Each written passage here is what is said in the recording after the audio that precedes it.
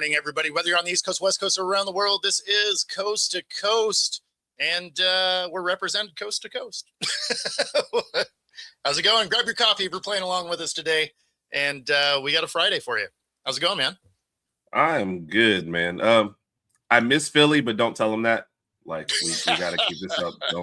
His ego is big enough as is. So he'll probably randomly show up on the show today for 2 seconds. So he's at the ballpark this morning. So not really. It doesn't generally go great for the show, right? Like you can't hear very well. Right. Usually kind of disruptive.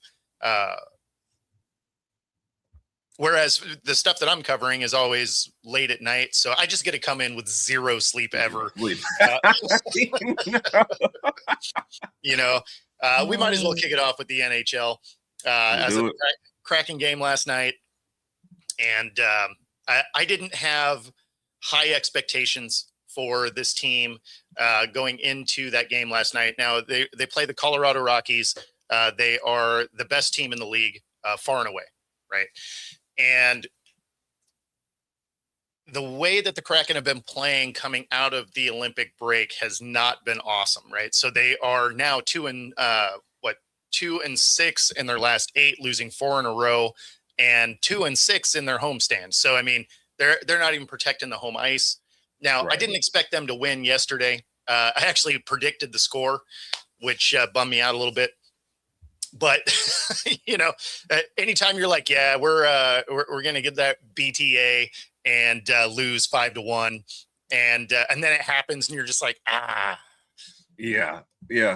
I'm sitting there trying to explain to my wife, we're about to crash, and I'm trying to explain to her why I'm checking in on hockey scores before I go to sleep. She's like, what is going on in our lives? And I'm like, 3-0 first period. Yeah, I think I'm going to bed. Like, I'm not gonna stay up for the rest of this to kind of recap. I felt bad for you, and I was like, don't feel like they're pulling this one out tonight. So. No. I mean, it was such a terrible start too, right? Giving up 3 goals in the first period. And I mean, I was driving to the stadium like, this is going to be a rough presser. Game hadn't even started yet, and I'm already thinking of the post game. I'm just like, oh, man, this one's going to be rough. But by the time the game's over and the presser's over, I drive home, I finish my article, it's 12:30, and then I'm up at 4. So we appreciate you though, Bob. There is a reason that I am always looking for a coffee sponsor. So if you're a coffee company, it's functional. And for that loss now, it knocks you guys one spot out of the playoffs, right? So it's kind of a little bit bigger than just the loss. Yeah, so they had a 1-point lead over the Sharks going into the night. And the Sharks won earlier in the day. A win is 2 points, right? And so that moved them ahead. Now, if the Kraken would have won in regulation, or actually just won in general, they would have been able to keep that 1-point lead. If they would have went into overtime, even in a loss, then they would have been tied for those points. But because they lost in regulation, they get 0 points. They end up falling out of that wild card spot, and they are tied with 2 other teams. Yeah, the Kings and Predators.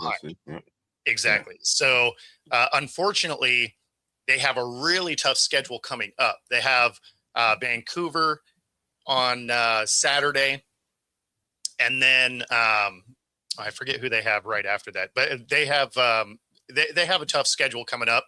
So unless they really start to turn something around, it doesn't look great, right? Right. Now, Vancouver, Florida, Tampa Bay, Nashville. That's the next. Florida. So that's the one I was thinking of, because they're the defending champs.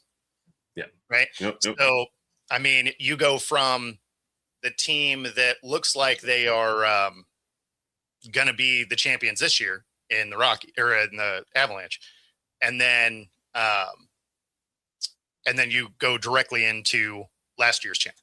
So pretty rough. And then, of course, Vancouver, that's just a rivalry game. So, I mean, that one can go any direction. Either way. Okay. So even though they're at the bottom, it's kind of like, hey, the emotions still get up for that game. So exactly. Yeah. That one can definitely go either way. Yeah. So Philly mentioned this with his Flyers on the importance of just making the playoffs. Yeah. For the Kraken, how big is that? Like, how is it, even if you think, hey, we're getting smoked first round, or hey, we're going to be competitive, whatever you think, how important is it just to get in for them? It's huge. It's huge to get in.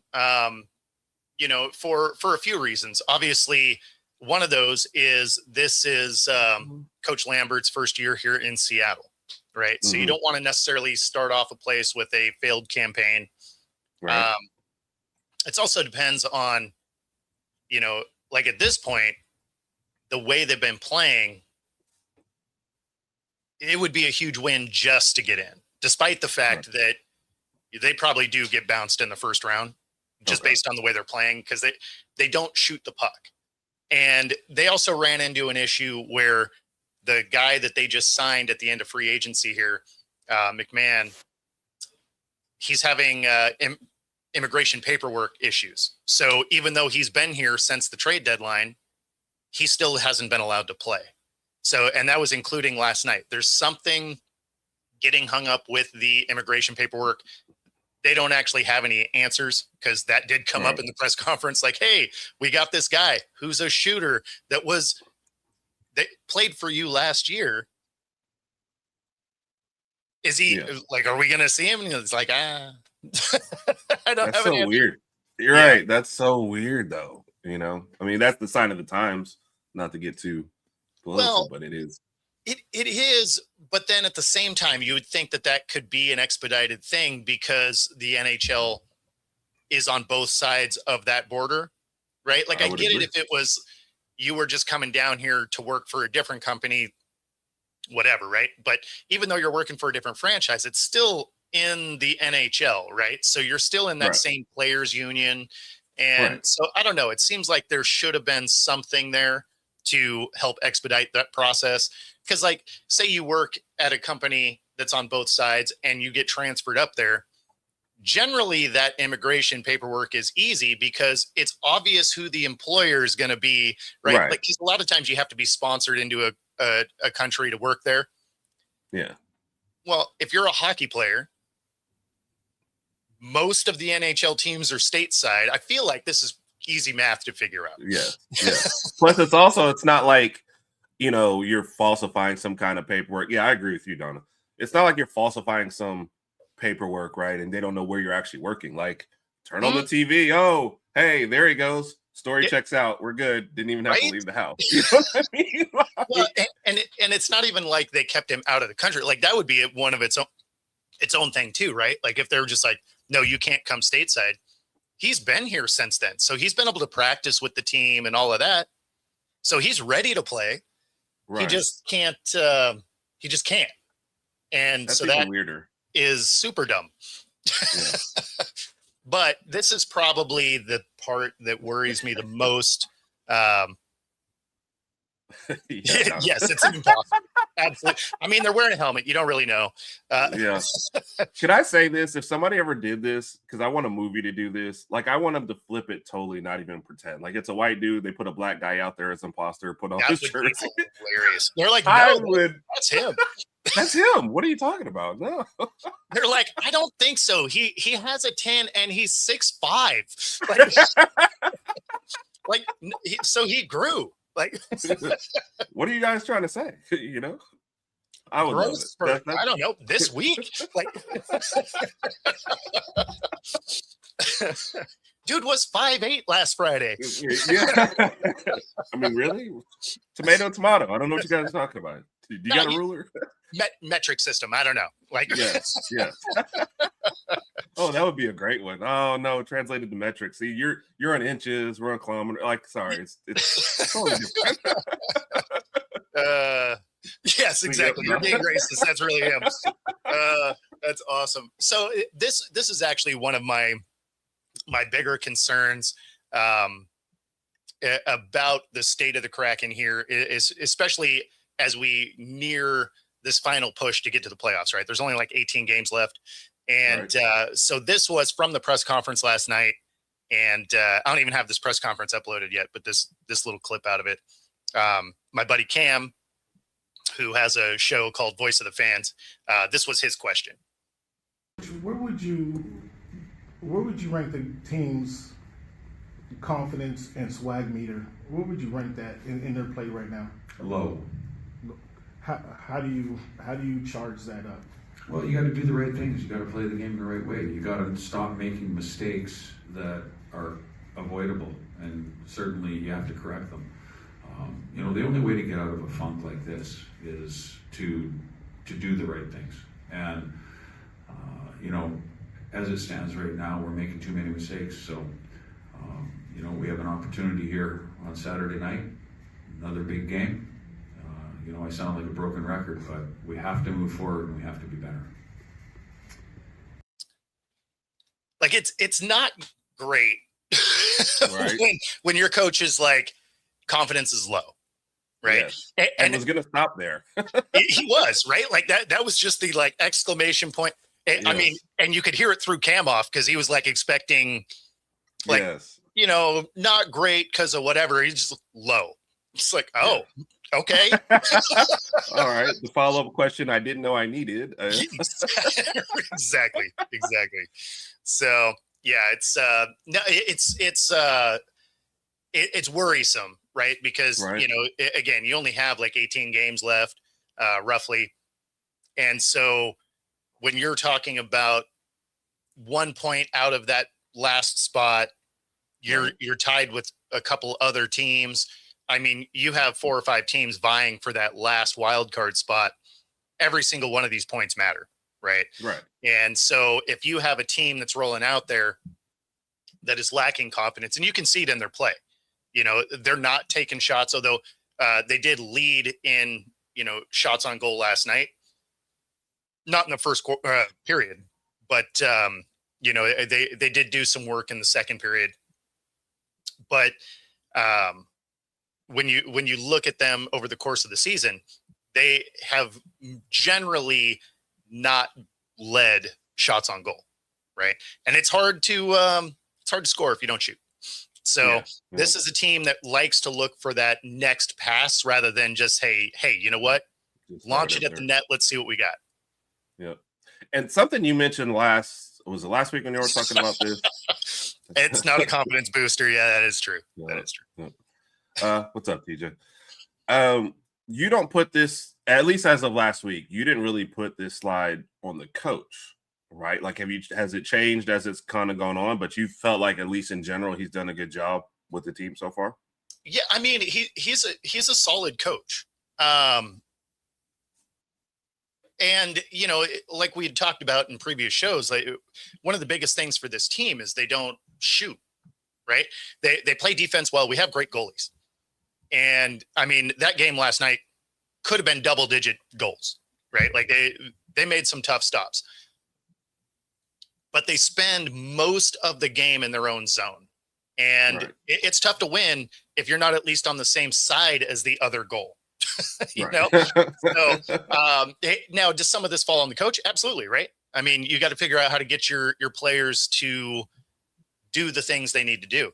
And you can tell based on the energy of the team when Coach Lane does like get on them, right? Because then they'll come out like energized. Like you could tell it was a rough day in practice the day before or something, because they'll come out with a lot of energy and they're pushing and they'll take a lot of shots. And then they'll be right back into the lethargic, pass the ball, pass the puck, and end up back in their own zone a lot.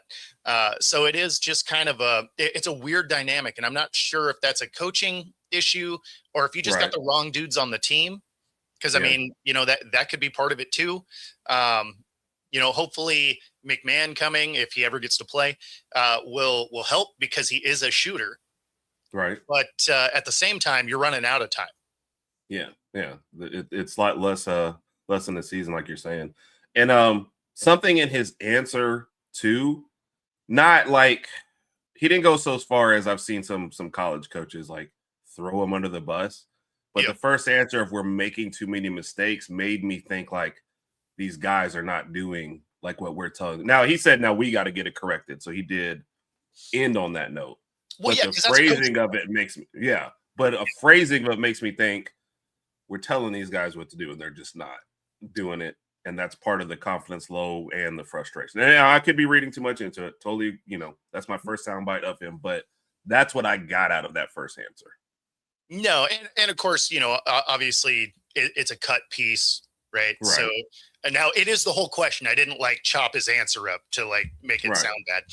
That is his actual answer. But but I don't have the context of like leading up to where the mood is. You know what I mean? What questions were asked before? You know what I mean? So I don't want to make it sound like I'm getting on the guy or getting on the team. But from a soundbite, it does sound like I'm just a little frustrated at these guys. We're telling them what to do. That's an accurate assessment. Okay. Yeah, no, that's an accurate assessment for sure. I don't know how you don't get the link because I send it.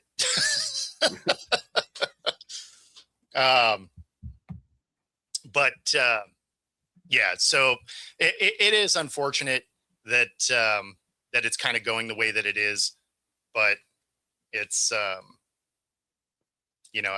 don't, based on what they have in front of them and where the way they've been playing, they sure look like they're going to miss the playoffs. Right. Which is unfortunate because it seems like it started off pretty good. You said even if y'all weren't winning, it was a lot of ties at the beginning. You were getting points, whatever. And then it's kind of, I don't know. I guess if you're going to miss, you'd want to know earlier versus like getting so close and then kind of dropping off at the end sucks even worse. I mean, I guess as a Mariners fan, you're like, I don't know. Like, we're usually kind of right there. No, I mean, honestly, the way that they're playing, maybe it does go to spam. I don't know, man. But it's all my fault. Sure. Yeah, I resent it. Everything's my fault. It's fine. Oh. I can't believe he's not blaming me somehow. Like that should be the thing. Like, it's Mr. Alabama guy. You know, we just now got that electricity thing down here recently. So. We've been using candles for 200 years. Yeah. We just got that whole intranet thing. So. Man. But yeah, so I don't know. We'll kind of see where it is. Obviously they can have a little bit of a get right game with Vancouver on Saturday. Again, it'll be a tough game because it's a rivalry game. The Kraken are the better team. So in theory, they should be able to do that. It is there though. So, anytime you're not on your home ice, but exactly. Yeah. Indoor plumbing is wild. But technically when I go in the outhouse, I close the door. I'm indoors, right? Is that that doesn't count? So yeah. But then you turn right around, you get last year's champs and the Panthers, and so it's not an easy path. It's not like they have some cupcakes to go into. Yeah. Oh, and we got Philly in the house. What's up, man? Hey, what's happening? You look like you're going to make some pizza. Yeah. Is that what that is today? Like I'm hungry. Right? Maybe that's actually the problem. Maybe I'm just hungry and I'm like, pizza, let's go. Like, it's 6:30 in the morning, but hey. Hey, I heard they have a new invention down there, like bathrooms in Alabama. So it's electricity, bathrooms. It's a great thing. Getting back into the 19th century. We're trying our best, kicking and screaming. So I was actually looking up these bathrooms on this new internet thing we just got. So it's wild. Wild. Yeah, I tell you, that newfangled internet, I don't think it's going to last. That's I right. don't think so either. Yeah, he was still using those cards in the Dewey Decimal System to find stuff. Yeah. And when I was getting on the show, I just had a tin can and a long string. That's how I was talking to you guys on the show for. Isn't it amazing that when you even do that, it actually works? It is actually pretty awesome. It is pretty awesome. I remember doing that as a kid, right? The two cans and a string. Yeah. And you're like surprised that it works. Like, I can actually hear them. How is that? How is the string carrying the line? Yep. It does. It's amazing how that stuff works. What's up, William? Nice. On the truck radio. Let's go. Herb likes his candles. Yeah. Gotta And I set the saw mood. Donna's earlier. Yep. Nothing wrong with a good candle. I'm not a candle guy. Yeah, I'm afraid I'll burn something down. That feels like an accurate assessment. Yeah. It does. And I can see you doing a video as a see. This is why I don't have candles. This is the exact Philly sports reason. guy here burning my house down. Why get the house fire? I can absolutely see it. Well, in Philly, we're known for that. We're known for like starting fires, especially when we win championships. It's like everything happens. We turn cars over, we climb poles, we start fires. Yeah, but you're supposed to do it in the intersection, not in your house. That's why I am not a candle guy. That's right. That's fair. That's fair. Man. So, to switch away from hockey here, Kyler Murray headed to the Vikings. And, again, financially, it makes sense. Skill set wise, seems like it's a interesting situation. But here we go. I guess they're hoping. Yeah. Did they call you to get your advice before and they just ignored it, or they just went ahead anyway because of the money? Oh, yeah. I mean, they just hung up on me. They're like, this guy, he doesn't know. He's Mel Kiper. He's got the Scooby-Doo mask. He's going to give us bad intel. Yeah, I don't know. Like, I mean, maybe it'll work out, right? They always say that O'Connell is the quarterback whisperer and all of this, but he does seem to have a type that he likes to work with, and Kyler ain't that. Sure. So I don't know. We'll see. I mean, they're hoping they guessed right because they haven't so far. Right. And but like when we saw that first article, there was one of the executives in there is like, he's pretty much going to be a Viking. It's almost like nothing else was even considered. Yeah. Or like they didn't take any other calls. So I guess which says to me, we've been thinking about this for a while. We've always known Kyler was going to get released. We've been probably been talking already. So it's interesting. I agreed with you. I didn't, necessarily like the fit, but hey, they're smarter than I am on this. I don't know about that. I think that they are not smart at all. Is the problem. It's like they made the wrong choice with picking McCarthy. I thought that they did well by grabbing their backup, but of course he got hurt too, Carson Wentz. I thought that he actually would have worked out a lot better. Yes. And maybe he would have if he didn't get hurt. He was actually doing okay for them. Obviously he didn't beat the Eagles, but that's like a bigger deal. Like the Eagles, there's no chance that the Eagles are going to lose to him. But I thought that would have been his home because he grew up as a Vikings fan. That being said, I feel like that the Vikings are starting to become the Browns and the Jets when it comes to quarterbacks. Yeah. Yeah. And that's a shame because they are a better team than that. Yes. Absolutely. Yeah. Well, when you think about the offensive personnel we talked about before, they have way better than those two other teams, you're talking about, with a solid defense. And all the pieces are in place for someone to succeed there. So if you're messing up the quarterback position, at least with the Browns, you're saying, hey, we can throw a quarterback in here, but we still don't know all the skill positions. Sometimes we have great running backs and no wide receivers and get one wide receiver, no run. You know what I mean? They mix and match. The Vikings have it in place. So if you just screw this up this bad. I think that's the frustrating part about it is they have all the other pieces. Like if they get their quarterback right, they're a playoff team, right? I wouldn't go as far as saying they're a Super Bowl favorite or anything wild like that. But I mean, you get a decent quarterback in there, Right. and that's a playoff team. So now, Jay, to answer that, the problem if Murray sucks is, there's not a lot of financial thing that goes to it, but you lose that locker room moving forward. Like, you're going to have guys like Jefferson being like, hey, get me out of here. Yeah. I want a chance to win. Yeah. Well, to me, facing another, real quick, I'll say losing another year of Jefferson is wasting another year of Jefferson is awful. Sorry, Pax. Go ahead, man.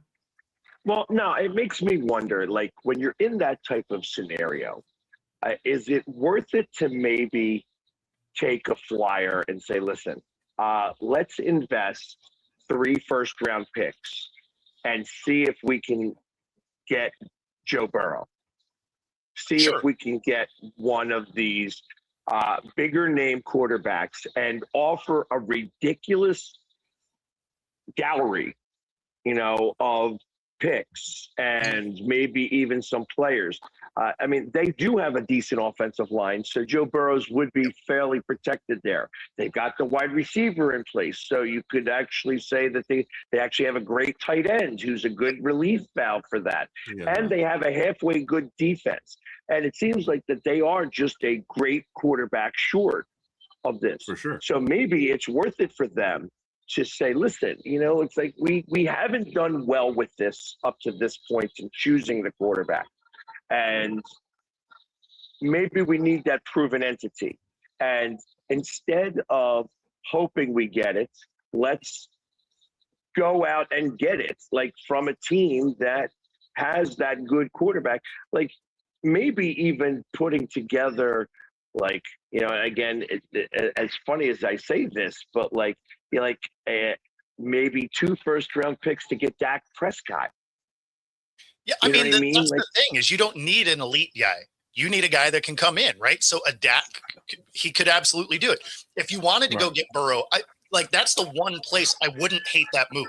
If you just did the Rams version, where you're like, I don't care about the picks, let's go win. I could get with that. For a Burrow to the Vikings, that would make sense. Or go grab Dak or something like that. Now they couldn't actually grab either one of those guys because they don't have the cap space. But it's but I wouldn't. That's what they need. Is they need that caliber guy.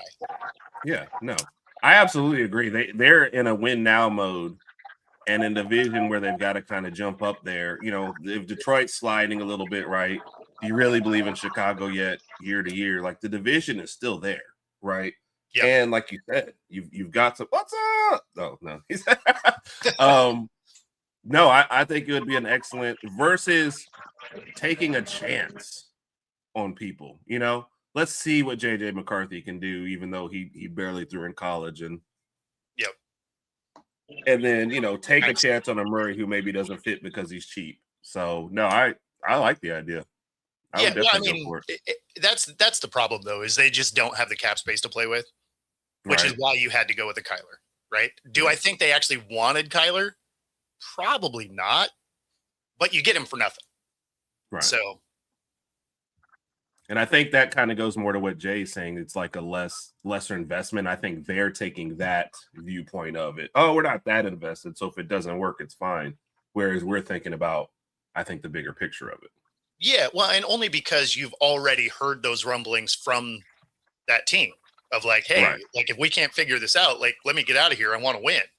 And if you have another wasted season with a roster that's ready to win, then you start to run into, do you lose this locker room? And then all of a sudden you're getting guys that are wanting to force their way out. So we'll see. Now, Kyler Murray apparently is a Vikings fan. So I guess he was as a kid. So this was him in his first conversation, for his move to the Vikings. Ever since I started playing tackle football, I was 7 years old. Genuine fandom. Ran deep, Vikings gear through and through. A lot of purple in my household. I don't want to bring it up right now, but maybe later, another day. It was a moment. I'll bring it up anyways. Whatever. I cried real tears whenever whenever Brett threw that interception. I cried real tears that day. And he shares that sentiment with any Viking fan ever, but because it was an unnecessary pick. But I didn't know that he was a Vikings fan as a kid.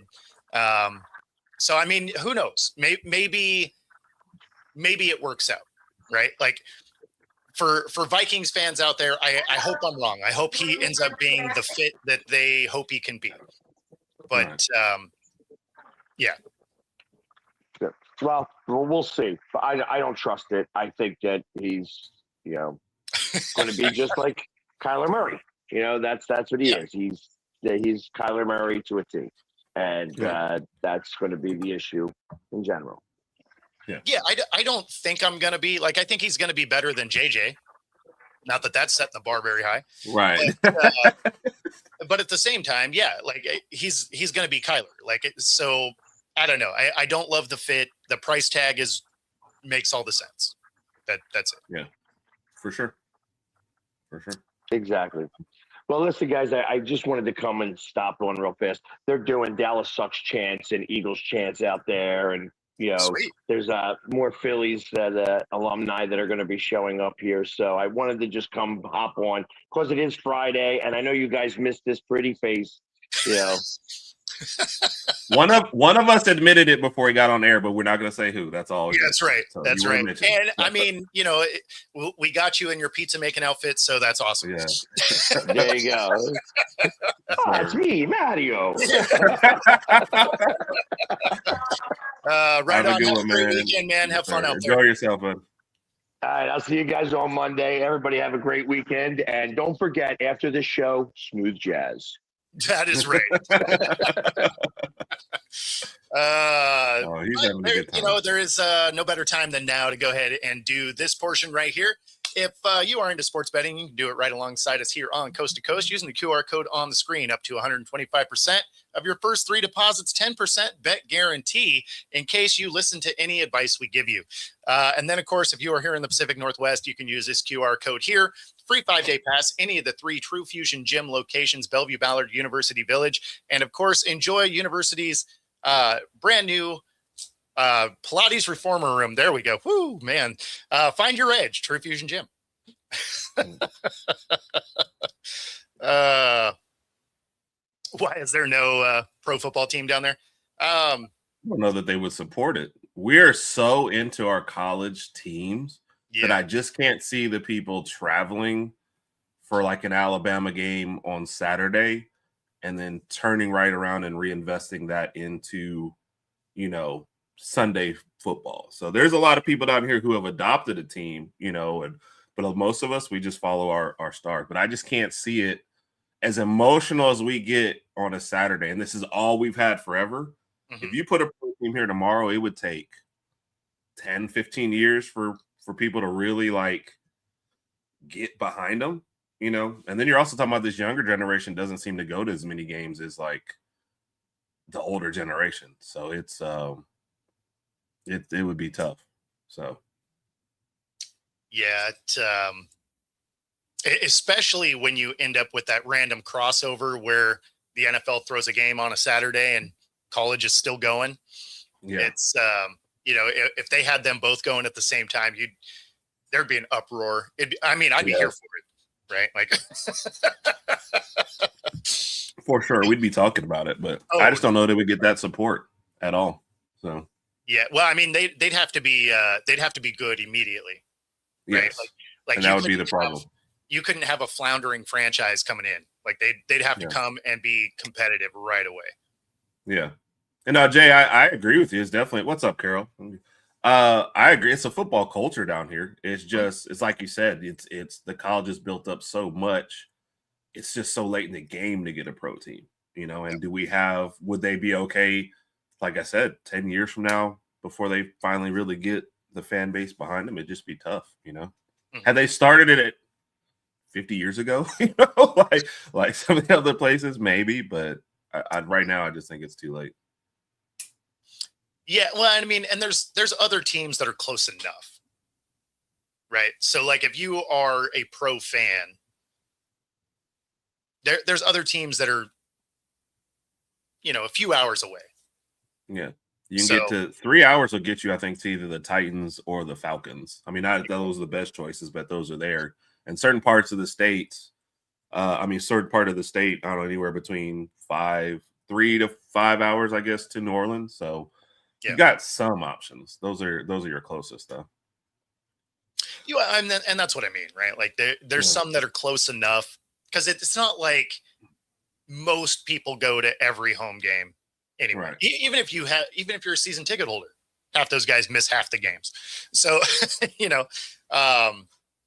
if you were in Alabama and you decided you wanted to be a Falcons fan or Titans fan, whatever, do you make that 3 hour drive, once or twice a season? Yeah, probably. Right.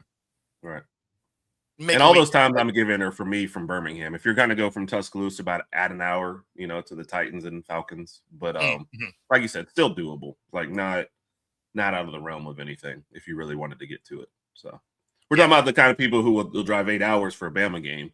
You're like, hey, we drive 3 hours for a pro game. Like, I don't know. I just spent the whole week. I took off the whole week to drive to Texas for that game. Yeah. Don't know that I'm going to come back and, head to Tennessee for that home game. So I think that's the problem.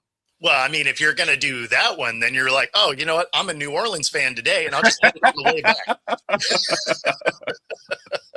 That's really how you got to. So, man. So since we're into the NFL anyway, the Crosby situation looks even weirder now that the GM has another history of kind of acting in bad faith with sending a corner to the Eagles. Right. And, he ends up retiring after being there for a week.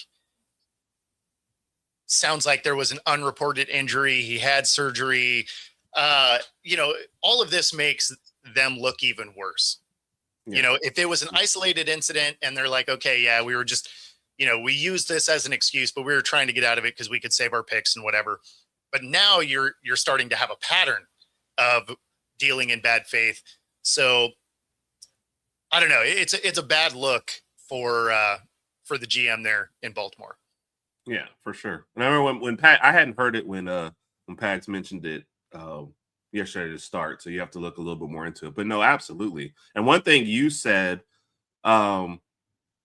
is these guys, like you take about the Watson situation when they signed that guaranteed contract, and basically every other owner, not on record, but kind of went to him and said, we're never doing that again. Yeah. These owners will band together to shun one of them very, very quickly if they're like, okay, because the Crosby situation just looks worse the more you step back from it.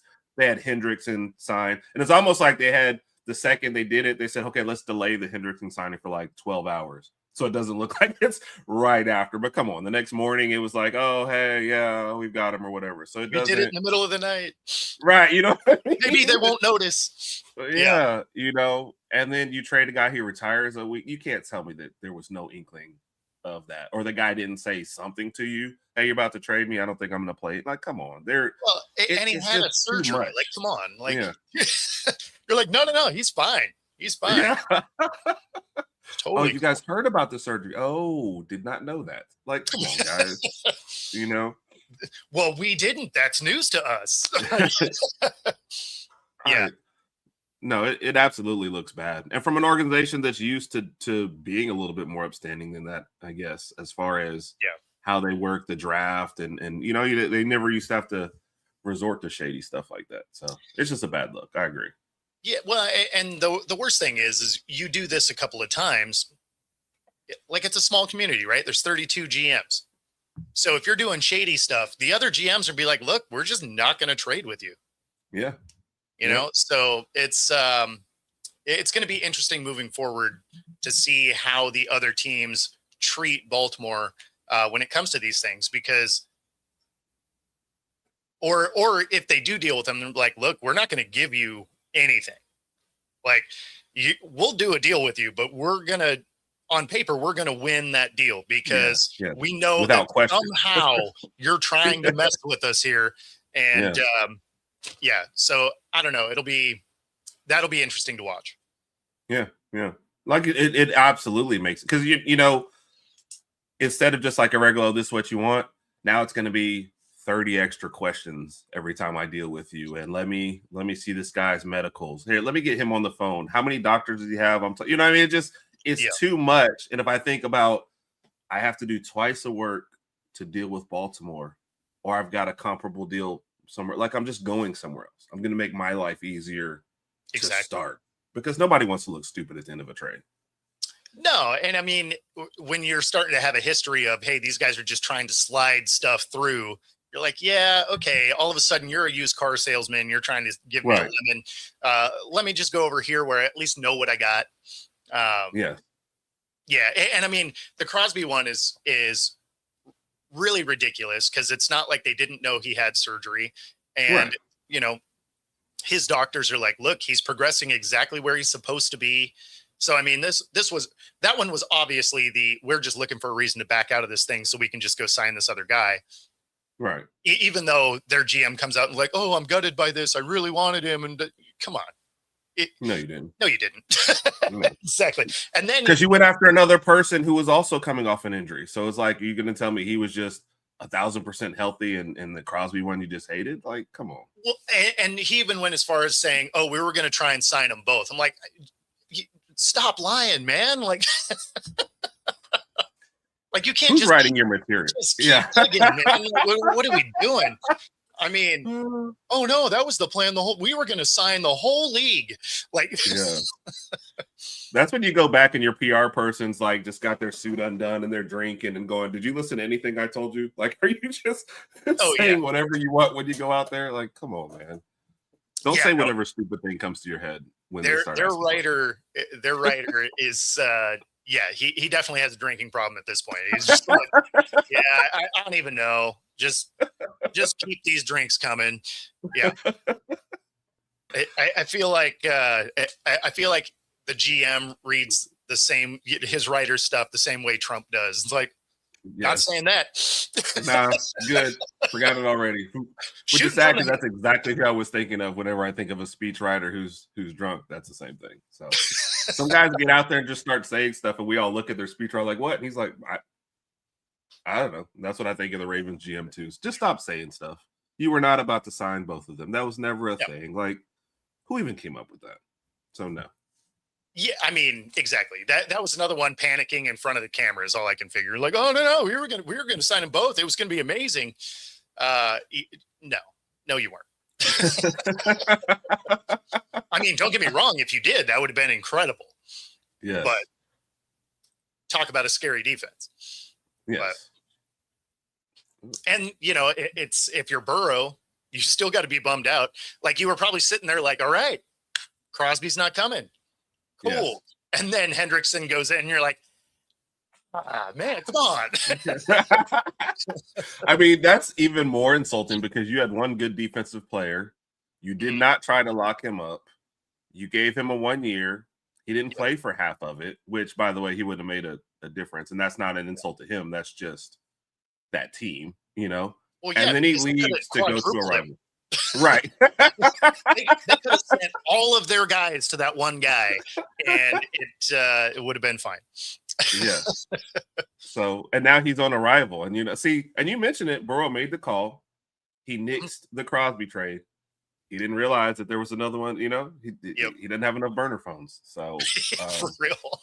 Yeah. I mean, and his body language at the end of last season, he's quitting the Bengals. I mean, and who's gonna blame him? You know, it's just like. I mean, if you're him, you'd want to. Yes. I mean, because whether you're on the couch or on the field, you're going to win the same amount of games. Yeah. So it's like, do I want to be able to walk when I'm older? Right? Yeah. Like that starts becoming the question. So all of a sudden, are you Joe, where you're like calling the Vikings like, hey, I'll restructure this deal if you trade for me somehow. And get me out of here.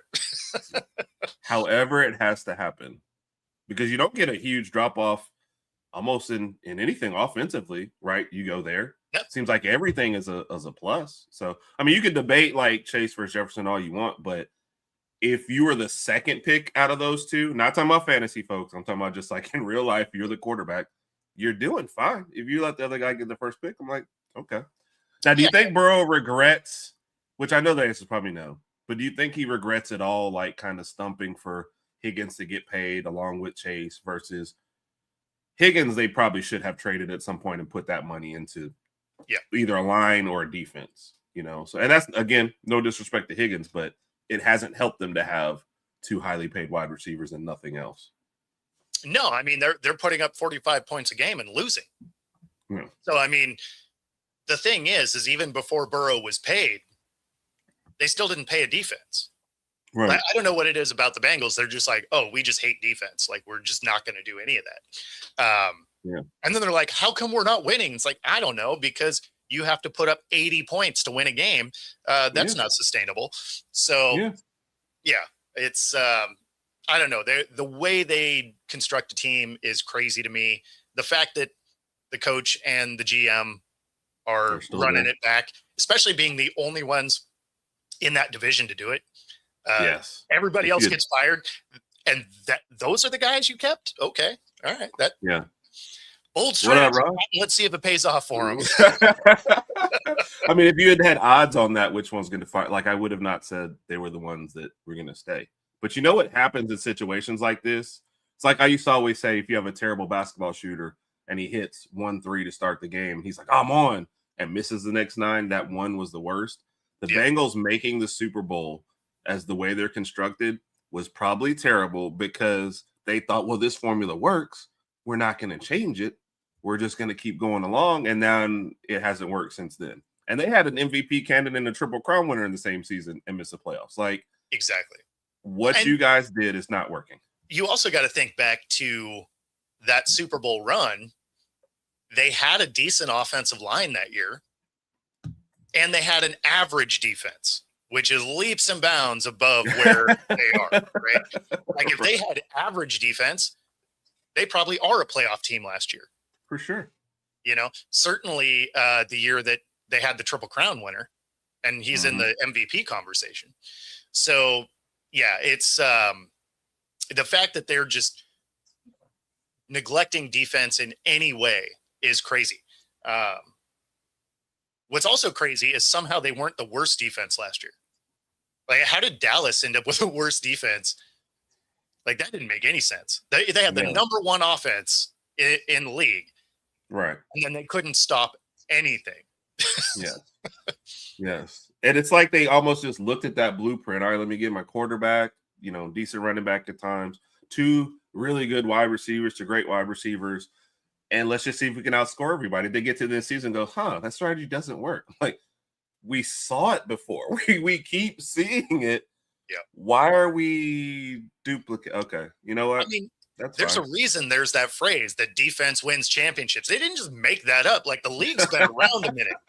Like, you know, this isn't a new startup. Like, the league's over 100 years old. Right. Yeah. There's a formula that works that you guys are like, hey, we're going to do exactly the opposite. And then they're like, why aren't we good? And it's like, because you're not using the formula that wins. Yes. Like, offense will win you games. Defense will win you championships. Yes. Like, this isn't a new thing.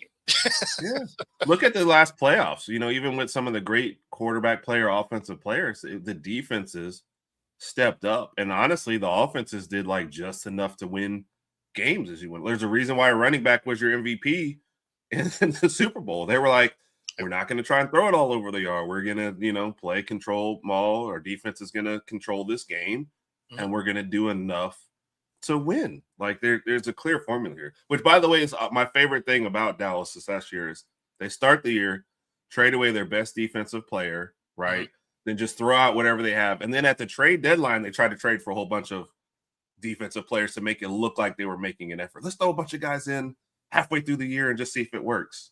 I mean, they were noticeably better against the run after they did those moves. So, I mean, you know, there was at least improvement. They were still awful, but, you know, at least they, you know, we're less bad, I guess. Is that going to be on the commercial?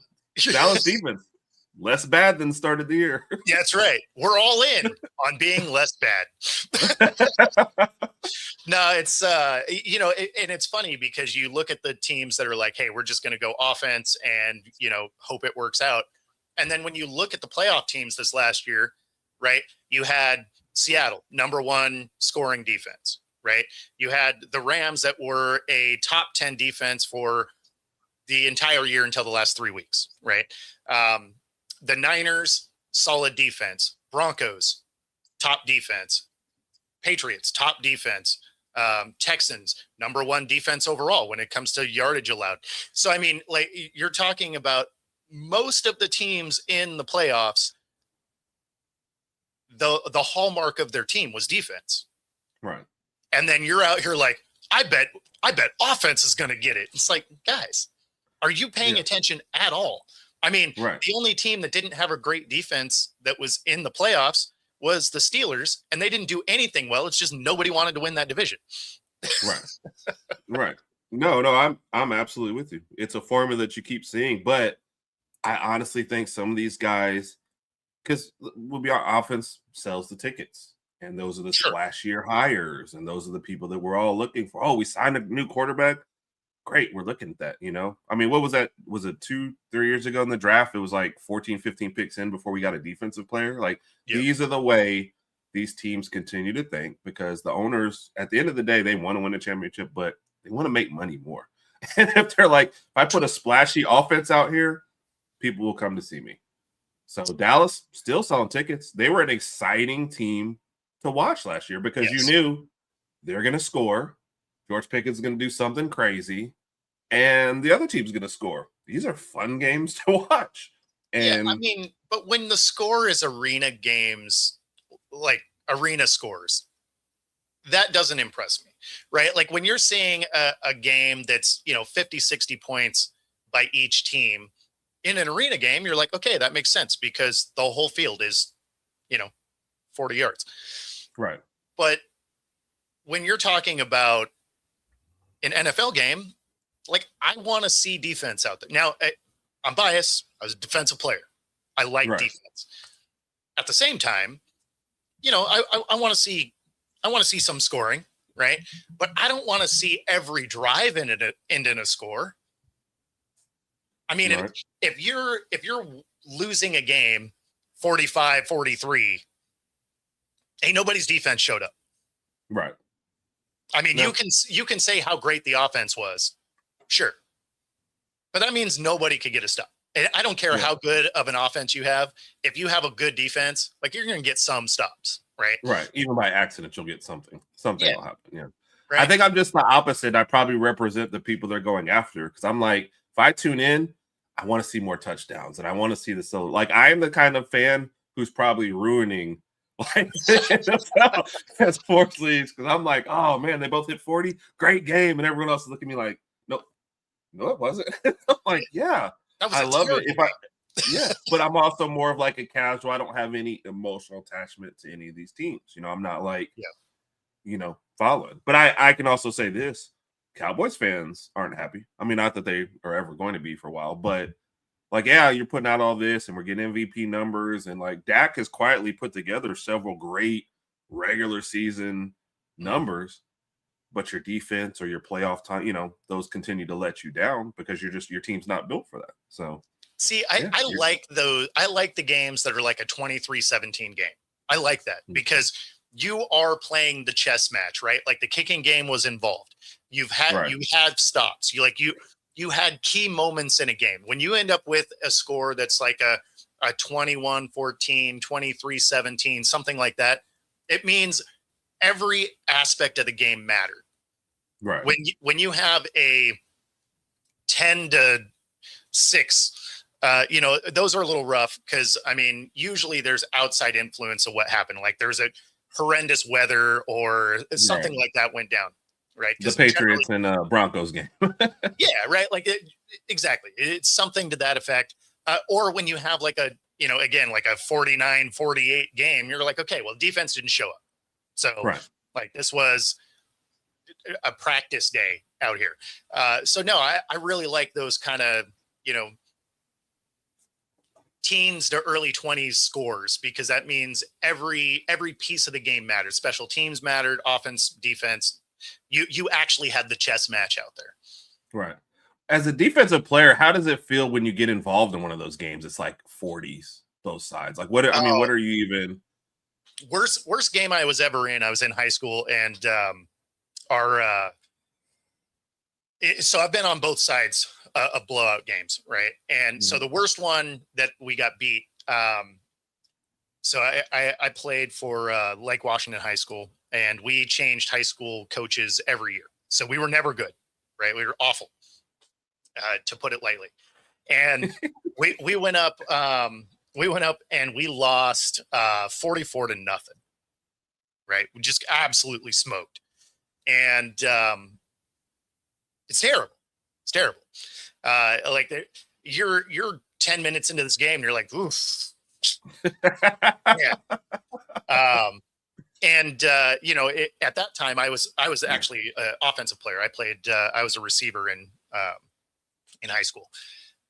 And we couldn't stay on the field, right? So you felt bad for your defense because they were just out there the whole day, and right. But we couldn't stay on the field. Our quarterback, routinely tried to get us murdered. So he'd send hospital balls out there, and they did not disappoint. Like you would get lit up. So then fast forward into the semi-pro end of my career. And we ended up beating a team 60 to I think it was 60-3 or 60-0, something like that. And that's also not that fun as a player, right? Like you want it to be close, because it's actually a little bit hard to stay engaged. Yes. When you're absolutely destroying another team, right? Yeah. And so that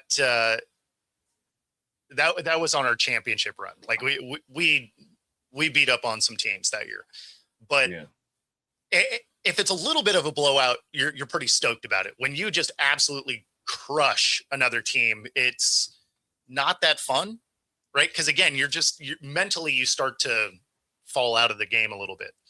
So I liked being in games that were tight. Yeah, because you're there. Every play matters, right? I do too. So one of our worst was a game we were supposed to blow a team out and didn't, and I could still feel like no energy, and we're just kind of like, and you're younger, you kind of buy into that hype. So I get it when kids do that and they start reading that, because I just remember running and people were like, come on, and I was just like, we got a big game next week. It was like, so I get those too. But yeah, no, it definitely, your mindset in blowouts when you're on the field, it's tough either way. I've been on the end of a blowout before and just looked at another guy. And we were just like,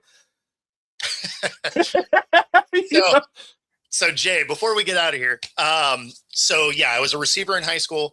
I was a corner, not a safety. I would sub in at safety, but I was a corner.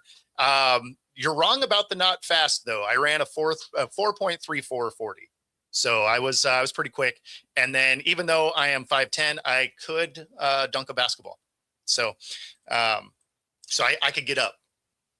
In fact, even though I'm 5'10", my wingspan 6'2". So there's a reason that I ended up getting paid to play arena ball. That being said, we do got to get out of here. We are up against it time-wise. So if you're watching along with us, be sure to like and subscribe. Otherwise, we will see you all next week. Enjoy your weekend. Take it easy, everybody. Smooth jazz. Yeah.